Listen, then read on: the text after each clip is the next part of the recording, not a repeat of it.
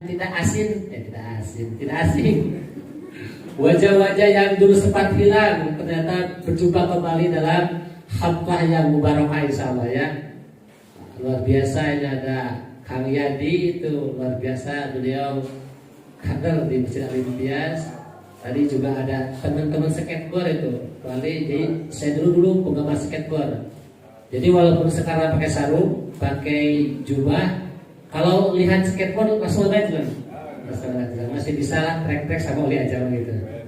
Masih bisa loncat-loncat ke tangga sedikit walaupun ya takut dijalike gitu. Tapi luar biasa ya, perjalanan hidup kita itu memang Allah takdirkan. Allah sudah tentukan takdir kita, bahkan apa-apa yang menjadi amal perbuatan kita pun itu sudah Allah takdirkan. Bahkan dalam hadis yang sahih dikatakan bahwa Allah itu menciptakan takdir manusia itu 50.000 tahun sebelum alam semesta diciptakan. Makanya ini menjadikan kabar gembira kepada kita. Kalau seorang mukmin itu dia hatinya senantiasa lapang, senantiasa wala khaufun alaihim walahum yahzanun. Tidak pernah gentar, tidak pernah khawatir, tidak pernah terpuruk dalam kesedihan, tidak terpuruk dalam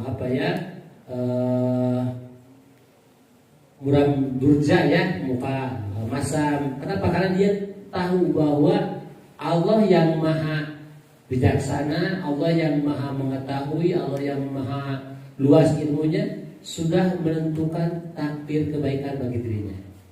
Maka dirinya hanya tinggal mengupayakan, karena dalam hadis dikatakan seseorang itu akan dimudahkan menuju jalan takdirnya masing-masing. Makanya ini adalah kabar gembira kepada kita.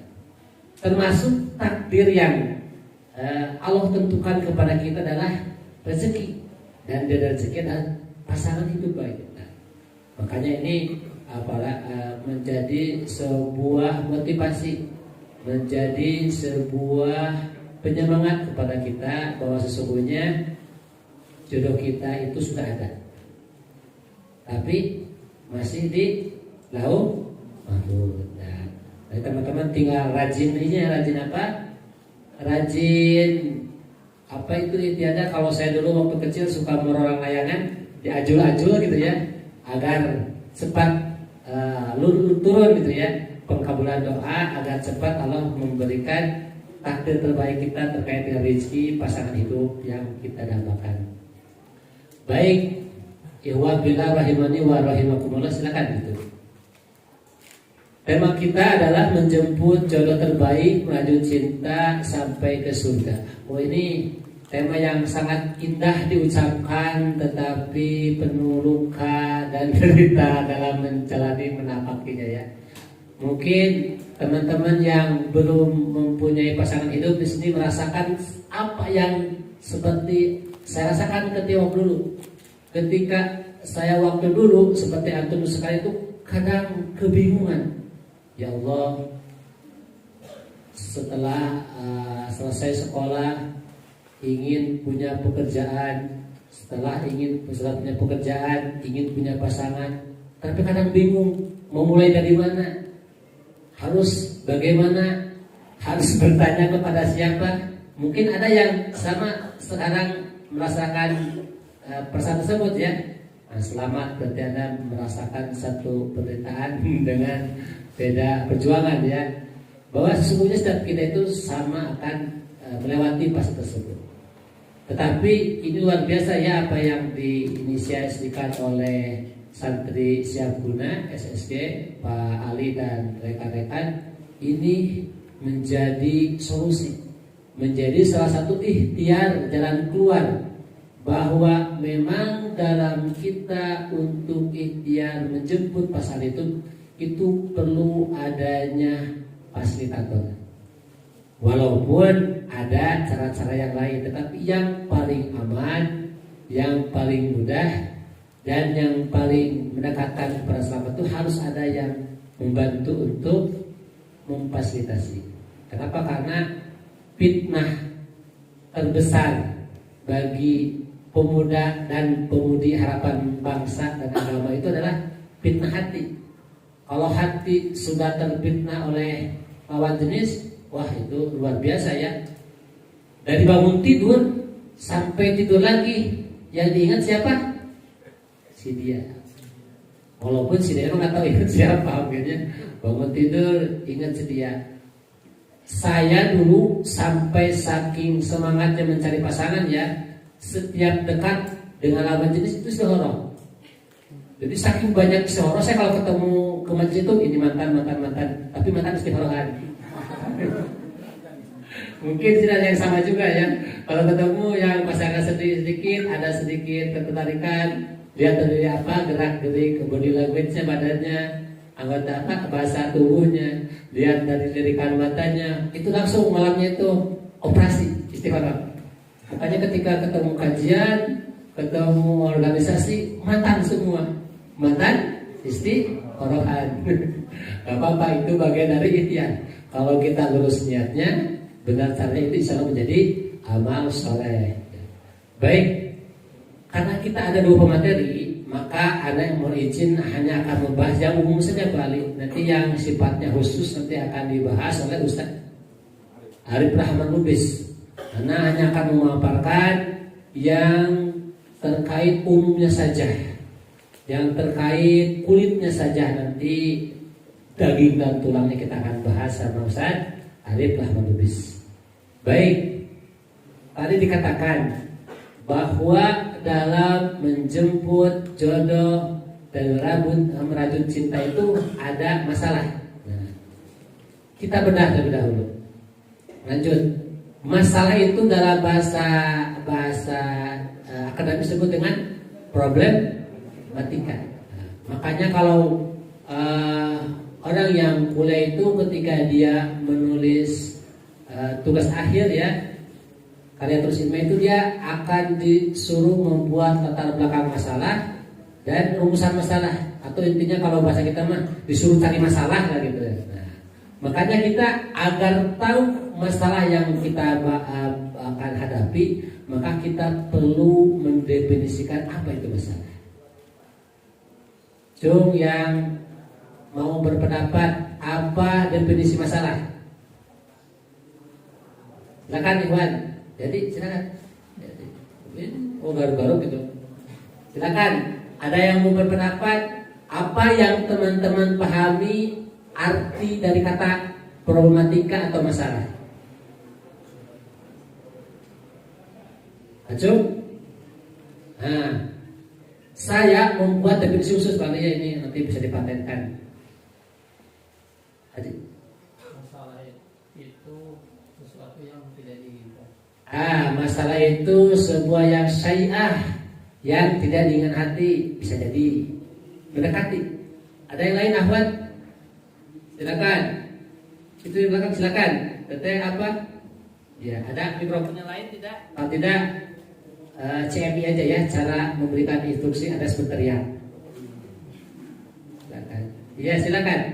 Masalah adalah ketika harapan itu tidak sesuai dengan kenyataan. Nah, masalah mumtaz.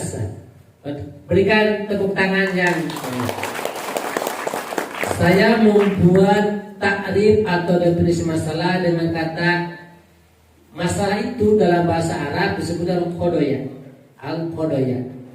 Maka saya membuat takrif al-qadaya huwa tanaqud bainal masali wal waqi. Apa? Tanaqud bainal masali wal waqi. Apa artinya? Ucapan salam sebelum masuk ruangan. Tanaqud bainal masali wal waqi artinya adalah kesenjangan antara harapan dan kenyataan. Tanaqud kesenjangan bainal antara al-masali al-masali adalah harapan, wal waqi adalah kenyataan. Jadi definisi dari problematika atau masalah terjadinya kesenjangan antara harapan dan kenyataan. Misal teman-teman yang sudah selesai kuliah, saya pengen menikah di usia 25. Tetapi sudah 26, 27, 28 belum juga. Itu ada masalah antara harapan tadi apa?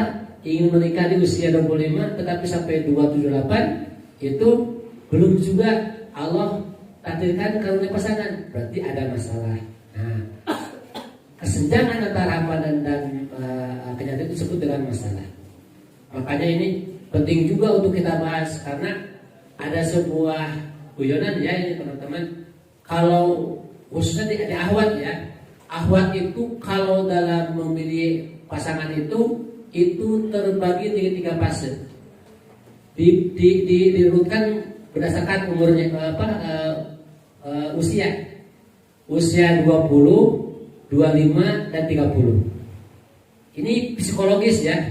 Kalau usia 20 ahwat itu ketika mau mencari pasangan hidup, dia prinsipnya siapa saya. Oh bahkan dia jual harga tinggi.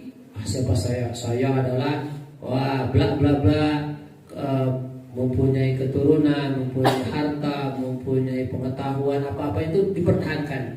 Usia 20 sehingga seleksinya itu luar biasa ketat. Ketat. Makanya jarang yang lolos bisa mendapatkan kriteria pasangan di usia 20. Kenapa? Karena ahwat itu sangat ketat psikologisnya. Nanti ketika sudah memasuki fase kedua usia 25, maka akan memasuki fase kedua, berubah pertanyaannya. Yang tadi siapa saya menjadi siapa dia. Mulai dia siapa gitu. Yang tadi kriterianya itu 10 menjadi turun 8 ke 7 menjadi longgar. Yang penting agamanya baik, yang penting sudah punya pekerjaan walaupun bukan sarjana, walaupun pekerjaannya karyawan biasa, sudah mulai turun tuh semangatnya atau kriterianya.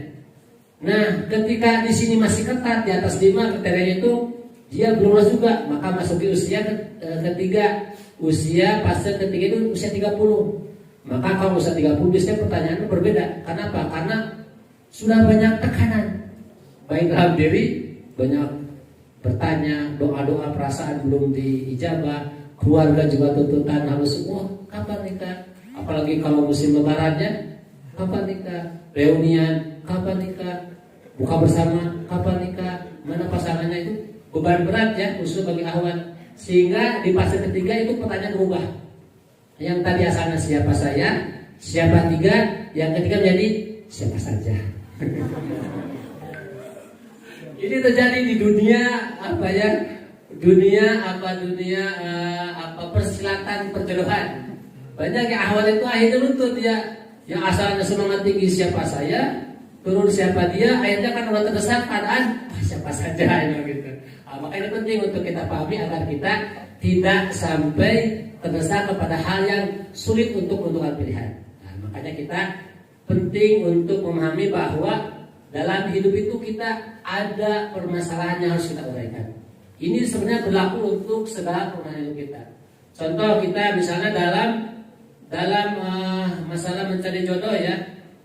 Idealnya apa sih ketika kita mendengar kata jodoh atau merajut cinta itu? Maka yang pertama kita ingat ya, kalau kita dalam unsur agama ya, yang pertama adalah masalinya, idealitanya. Dan agama itu yang pertama bahwa Allah Subhanahu wa taala itu menciptakan segala sesuatu berpasangan. Misalnya dalam Al-Qur'an surah An-Nisa ya ayat pertama ya, ya ayyuhan nasu taqu rabbakum alladzi khalaqakum min nafsin wahidah wa khalaqa minha zawjaha wa batha minhuma rijalan katsira wa nisaa wattaqullaha alladzi tasaaluna bihi wal arham. Tuh, masa Allah aja menciptakan manusia dari laki-laki dan perempuan sehingga beranak-pinak menjadi banyak. Masa kita belum ada pasangannya, masa kita kapan belum punya pasangan hidup, punya anak keturunan, sehingga kita bertanya-tanya. Ini adalah idealnya demikian, bahwa dalam hidup itu segala satu berpasangan. Cuma bagi kita yang saat ini belum takdir pasangan, itu adalah penantian yang panjang. Kapan? Kalau orang Sunda bilang lengok deui, ilahi gitu. Tadi sehingga sampai ada kalimat mantan istighfar sudah bertebaran di mana-mana gitu ya. Ada tetangga, ada teman di masjid, ada di teman SSG, ada di tempat kajian, ada DT, ada ukhuwah, ada percikan iman, ada wah semua itu mantan istighfar semua gitu ya. Kenapa? Karena kita terinspirasi bahwa Allah SWT itu menciptakan segala sesuatu berpasangan. Maka kita berikhtiar. Dalam Al-Zariyat juga Allah berfirman wa min kulli syai'in khalaqna zawjaini la'alakum tadhakkarun. Allah Subhanahu wa taala itu senantiasa menciptakan segala satunya berpasangan agar kita mengingat kebesaran Allah Subhanahu wa taala. Karena Allah itu senantiasa berpasangan, baik makna majazi maupun makna hakiki. Apa itu makna majazi? Seperti ada siang, ada malam, ada suka, ada duka, ada lapang, ada sempit. Apa itu makna hakiki? Ada laki-laki, perempuan, ada yang lainnya itu. Kita bisa menjelaskan. Bahkan dalam surah An-Naba juga ya wa khalaqnakum azwaja. Yang lagi semangat menghafal juz amma ya diulang-ulang itu wa khalaqnakum azwaja wa khalaqnakum azwaja. Sesungguhnya Allah menciptakan kalian berpasang-pasangan. Pasangan saya mana gitu ya. Pasangan saya mana? Maka sabar. Ini adalah sebuah ayat motivasi bahwa sebenarnya kita sudah takdirkan, cuman masih silent, masih terahasiakan di lauh mahfudnya. Pak Ali sampai jam berapa izin? 9.45 itu berarti 10 menit lagi ya. Ya baru mukadimah ini Masya Allah ya. Kita lanjut. Baru 10 menit ya. Yang kedua idealnya, masih idealnya bahwa jodoh yang terbaik dan membangun atau merajut cinta berkolah itu adalah sebagai sumber ketentraman dan kasih sayang. Sebagaimana Allah SWT berfirman, wa min ayatihi an khalaqakum min anfusikum azwajan litaskunu ilaiha wa ja'ala bainakum mawaddatan wa rahmah. Allah berfirman di antara tanda kekuasaan Allah ialah menciptakan untukmu istri-istri dari jenis sendiri. Agar apa? Agar kamu cenderung dan merasa tentram kepadanya dan dijadikan di antaramu rasa kasih sayang. Di sini cuma dijelaskan ya, lewat saja sekilas Al-Quran tersebut. Karena kalau dibahas panjang itu ada kalimat apa ya? Jamak taksir itu ya, ada kalimat istri-istri, bukan istri saja ya, tapi nanti beda pembahasan ya. Yang ketiga, idealnya menikah atau memilih pasangan itu adalah sebagai menyempurnakan agama kita. Sebagaimana dalam hadis dikatakan, jika seseorang menikah, maka ia telah menyempurnakan separuh agamanya. Karenanya bertakwalah pada Allah pada separuh yang lainnya. Ini hadis riwayat Imam Baihaqi. Juga yang menjadi harapan kita adalah menikah adalah bukti ketaatan para perintah Allah dan kecintaan mengikuti sunnah Rasulullah SAW. Seperti firman Allah SWT dalam Al-Quran surah Al-Isra ayat 32, dan janganlah kamu mendekati zina. Sesungguhnya zina itu adalah suatu perbuatan yang keji dan suatu yang buruk. Kalau kita dilarang oleh Allah, Allah itu akan memberikan jalan yang diridhoinya. Ketika Allah melarang sesuatu, maka Allah pun akan memberikan solusinya. Allah melarang zina, bahkan mendekatnya pun terlarang, maka Allah memberikan kepada kita syariat pernikahan. Juga Rasulullah bersabda, termasuk 4 perkara sunnah Rasul adalah: pertama al-haya, sifat malu; yang kedua adalah memakai wangian; yang ketiga bersiwak; yang keempat menikah. Maka menikahnya adalah sunnahnya para Rasul. Bukan hanya Rasulullah SAW saja, bahkan semua Rasul itu menikah. Ada berapa jumlah Rasul? Ada berapa? Rasul, jumlah Nabi? Itu yang kita ketahui dalam Al-Quran. Dalam hadis katakan ada berapa jumlah Nabi? Berapa ribu? Silakan ada cek berapa jumlah hadis dan Rasulullah hadis yang sahih. Ayo, yang bisa jawab dapat hadiah umroh ongkos masing-masing. Ada berapa? 124. 4.000. Jumlah Rasul 300. Jangan sampai kita pengetahuan TK, pengetahuan TPA tidak nggak di-upgrade. Itu mah zaman dulu kita kecil. Sekarang mah kita setiap pengetahuan tadi dalilnya, cek Al-Qur'annya, cek hadisnya. Nah, ketika tanya berapa jumlah Nabi, berapa jumlah Rasul, cek hadisnya.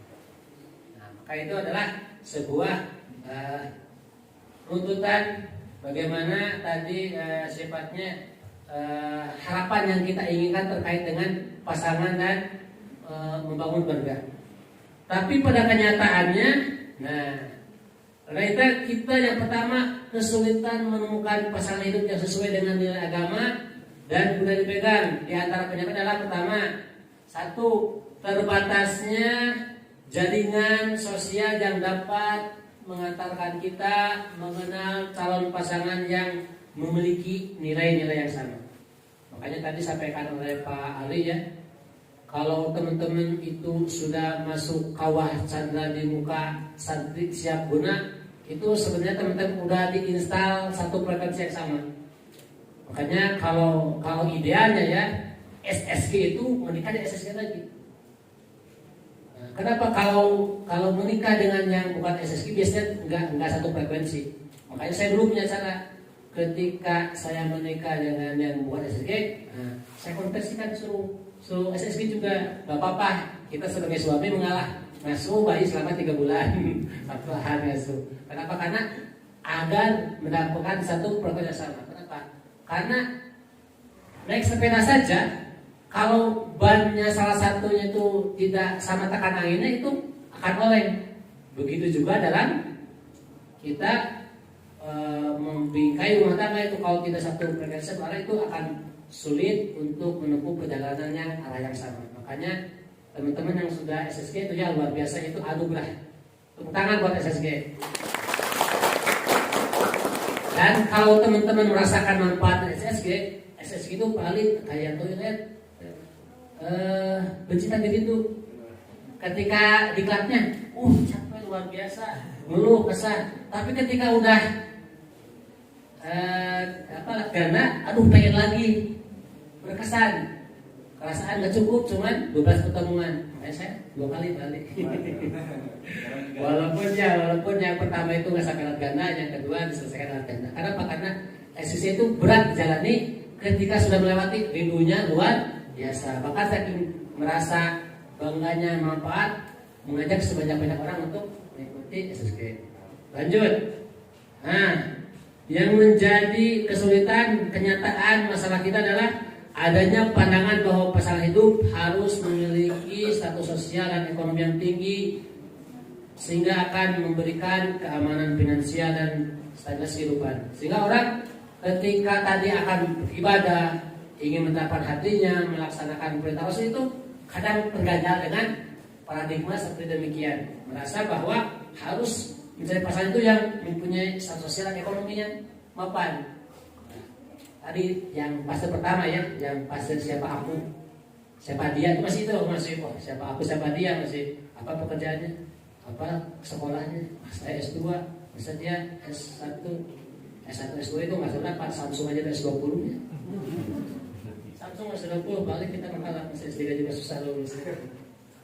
Nah, terus juga yang ketiga, adanya keinginan untuk memenuhi standar hidup yang tinggi, seperti rumah yang besar, mewah, yang mahal. Akibat apa? Akibat kita terdegradasi oleh media sosial. Karena kita menjadikan media sosial itu kadang-kadang menjadi tolak ukur sebuah standar kehidupan yang bahagia. Ini setelah tidak sadar mempengaruhi kita. Terus yang menjadi permasalahan kenyataan juga adalah kurangnya pemahaman terhadap nilai Islam dalam membina keluarga, seperti pentingnya komunikasi, tawasul, toleransi, dan saling menghormati. Sebab pertama ada kurang ilmu, yang kedua kurang sadar. Terus yang keempat yang menjadi permasalahan kenyataan kita adalah adanya pengaruh budaya asing yang dapat senantiasa mempengaruhi pandangan kita terhadap nikah dan keluarga. Buktinya apa? Kita lihat contoh program-program televisi program-program film dalam luar negeri itu biasanya kalau ketika menggambarkan sebuah pernikahan itu yang ditampilkan gaya hidup itu yang kadang kalau kita sandingkan itu berbeda dengan budaya kita, budaya timur, budaya Indonesia, sehingga mempengaruhi secara sadar tidak sadar pandangan kita terhadap jenjang pernikahan dan membangun keluarga. Yang kedua juga tadi pengaruh media sosial. Yang ketiga adalah pengaruh lingkungan sosial, sehingga dari hal tadi tersebut mempengaruhi bagaimana kita menjadikan bermasalah dalam yang seharusnya kita mudah dalam melakukan ibadah jenjang pernikahan, tapi dengan adanya hambatan tadi menjadi sebuah batu sandungan sehingga kita akan kesulitan dalam menapakinya. Yang kedua ada asbabul qadoya, sebab problematika. Ada dua. Yang pertama faktor internal, yang kedua faktor eksternal. Faktor internal itu seperti yang disampaikan oleh guru kita, ada 3 penyebabnya. Pertama, lemah ilmu. Apa itu lemah ilmu? Kurangnya porsi waktu untuk belajar, karena semangat belajar kurang, atau niat kurang ikhlas, kurang ilmu, pasti kurang iman dan kurang amal soleh. Yang kedua adalah lemah jiwa. Apa yang jiwa itu? Kurang disiplin dan kalah dengan nafsunya sendiri, kalah oleh alasan dan kalah dari mengendalikan diri. Dalam menggapai cita-cita ingin mendapatkan pesan, kita perlu melawan diri kita sendiri. Sehingga tadi katakan ketika kita memberikan standar yang tinggi, itu kita harus muhasabah, mengevaluasi, harus membuat kriteria yang achievable, yang terjangkau, yang bisa dipenuhi. Jangan sampai kita membuat standar yang tinggi itu menyulitkan diri kita sendiri, sehingga menjadi tambahan halangan kepada kita. Dan yang ketiga adalah faktor yang adalah lemahnya doa. Lemah doa itu adalah tanda iman kita sedang lemah. Kenapa? Karena doa buat ibadah. Doa itu adalah intisari atau ibadah itu sendiri. Karena kalau orang itu dia malas berdoa, atau kalau dalam bahasa dakwah itu, kalau teman-teman belum sungguh-sungguh berdoa, misalnya ingin mendapatkan pasangan hidup, ingin membangun keluarga, tetapi belum sungguh-sungguh doa. Contoh doa yang paling sungguh-sungguh apa? Waktu yang paling mustajab sepertiga malam. Makanya bohong kalau ikhwan ahwat di sini pengen cepat-cepat nikah, pengen punya pasangan yang soleh-solehah, tapi jangan bangun alam. Itu masih dilakukan kesungguhan ingin menggapai doa tersebut. Maka kalau teman-teman sungguh-sungguh ingin menggapai cita tersebut, maka indikatornya teman-teman akan sungguh-sungguh dalam berdoa. Kenapa? Karena lemah doa ini akan menghambat kita menggapai apa yang kita pintakan dari Allah Subhanahu wa taala. Yang kedua, masalah dari peserta ada faktor eksternal yang disebutkan bahwa kita umat Islam itu mempunyai musuh. Musuh Islam itu tidak semuanya melakukan ghazwul askari. Apa itu ghazwul askari? Peperangan militer seperti yang terjadi di Palestina. Musuh Islam. Allah memberikan tahukan dalam Al-Quran surah Al-Baqarah ayat 62, walan tadu angkal yahudu walan nasara hatta tataba milatahum. Tidak akan pernah ridho Yahud dan Nasara sampai kita mengikuti milah mereka. Itu mereka memaksanya dengan 2 cara. Yang pertama dengan ghazwul askari, peperangan militer. Kalau mereka mampu, kalau tidak mampu, mereka akan melakukan ghazwul fikri. Ghazwul fikri itu senjatanya 5M. Apa saja 5M? Yang pertama kuliner, sehingga ada orang yang capek jauh-jauh ke Padang hanya buat makan si Padang. Ada orang yang capek-capek ke Jogja hanya untuk makan gudeg Jogja. Ada orang yang capek-capek ke Malang hanya untuk membeli bakpia patok ya gitu ya. Kenapa? Karena itu merupakan salah satu ghazwul fikri bagaimana musuh Islam itu mempengaruhi paradigma umat Islam. Pun kita menjadi gila kuliner sehingga ada makanan yang sebutnya mie setan. Ada apa lagi ya? Padahal dalam Islam itu tidak boleh menamakan yang buruk dalam makanan. Jangankan menamakan makanan yang buruk, kita menyebut mengeluh dengan ini terlalu asin, ini terlalu hambar saja kita tidak contohkan Rasulullah ya, tidak mudah makanan. F yang kedua, apapun passion. Bagaimana saudara-saudara kita yang jarang ngaji, mereka begitu teridolanya dengan passion. Bahkan mereka itu mempunyai waktu yang khusus untuk memperbaiki penampilan, anggarannya khusus. Tapi kadang-kadang mereka lupa untuk memperbaiki penampilan batinnya, hatinya, ruhiyahnya. Padahal Allah dalam para salafus saleh itu berkata dalam nasihatnya, man aslaha syaratahu alam tahu. Barang siapa yang memperbaiki batinnya, maka Allah akan memperbaiki lahirnya. Jadi kalau teman-teman pengen menjadi eye-catching, pengen menjadi penampilan menarik, pengen penampilan itu menjadi cantik dan rupawan, sangat mudah perbaiki batin kita. Maka itu otomatis teman-teman sedang mengaktifkan auto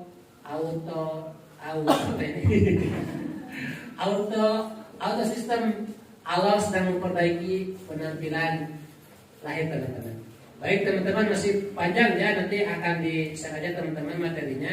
Karena ada iklan dari moderator, izin Ustaz, waktunya sudah habis. Karena semangat ya, saya membuat materi yang agak panjang sedikit. Ada tadi sebab-sebab, ada juga al-makharij solusi tata problematika tersebut.